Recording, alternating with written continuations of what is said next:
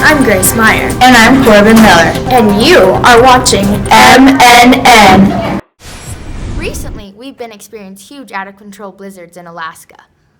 Here's Emma Bryant reporting from the scene. Thanks, guys. I'm here in Juneau, Alaska with a local witness who has experienced some of the trauma from the blizzard and the cold front. So, Mr. John Jones, were there any changes in the atmosphere that you knew of before the blizzard came? Well, when I could feel the warm air rise over the cold air, dude, I knew there was a change in the atmosphere. From my prior knowledge of blizzards, I knew that when the warm air rises towards the poles from the equator, this forms a front. Precipitation started falling from the atmosphere, and in this case, it was snow.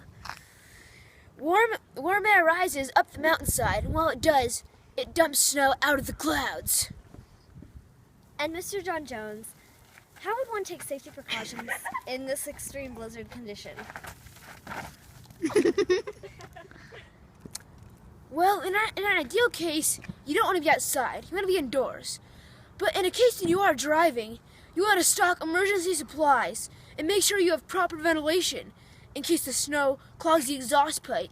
And if you're out in the snow, alone, then you want to be fully prepared and warm. You don't want any skin showing, or else you can get frostbite. And then you lose your fingers, like I did. But in an ideal case, when you are inside, you want to stock lots of food and be prepared to stay inside for a long time until the blizzard goes away. Thank you for joining us today, Mr. John Jones. No, thank you. Now back to you, Corbin. Thank you, Emma. Unfortunately, when we got there, the blizzard had already passed over. Luckily, Mr. Jones sent in some pictures.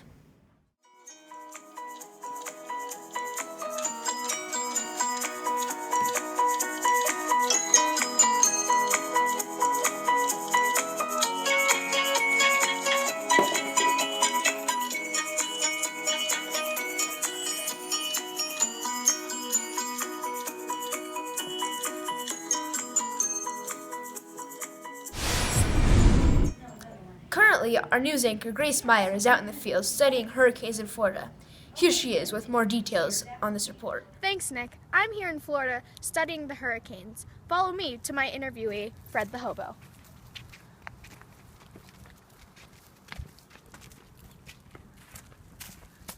So, Fred. What? It's Billy Bob to you, little lady. I'm sorry. What is a hurricane? Well, a hurricane, it is defined by its wind speed.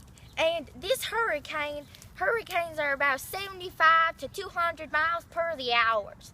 And these are gonna form by the equator where there's the warm ocean's waters. Yeah. So, Billy Bob, do you mind telling us how a hurricane forms?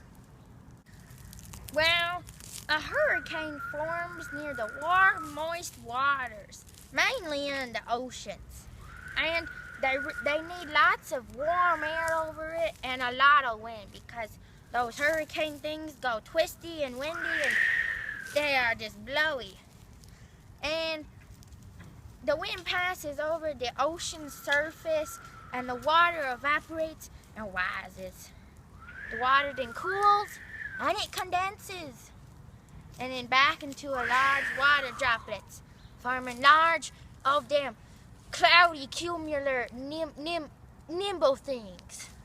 And then it begins spinning counterclockwise, y'all.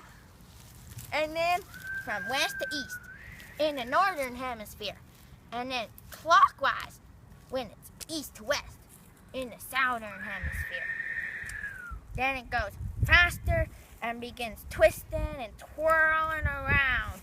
And that's all, ladies and gentlemen, how the hurricane forms with the winds, and the rain, and the water go boom. So, Mr. Billy Bob, do you mind telling us how one, like yourself, would prepare for a hurricane?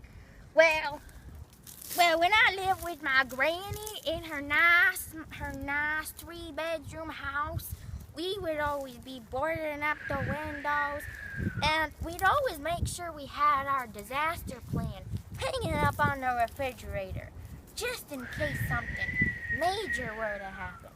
And my granny would always say, Sonny Billy Bob, you better stay away from those windows and corners. Go into the middle of the house where there's no low windows and make sure you're cuddled up with me so you can stay warm. Also make sure if you live in a mobile device like, well, this fine tree right here, which is my fine home, well, make sure you leave it and get to a nice shelter. Or if you're living on lower ground, you better get to your high altitude where there's a nice safe place for you. Don't forget your food and to board up your windows. That's most important. And now back to you, Nick. Now to Kansas, where Corbin Miller is interviewing local journalist Lauren McGee. To you, Corbin. Thank you, Nick. Right now, I'm in Kansas where a terrible tornado has just hit. Please follow me as we interview Lauren McGee.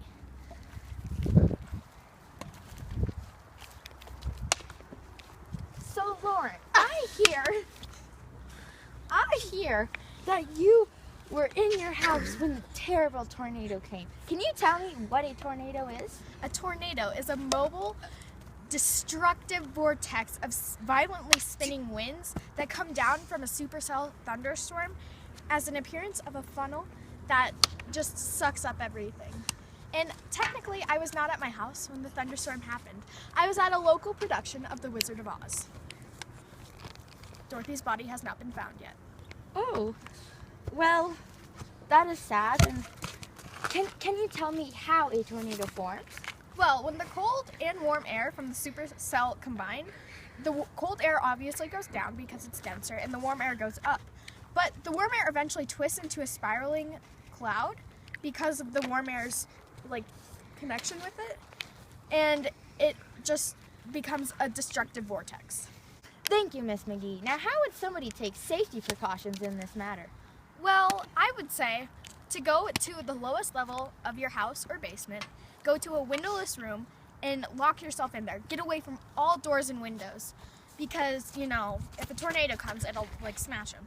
And also, you should get into the center of the room because corners attract debris. And if possible, if there's a sturdy piece of furniture, get underneath it and hold on to it.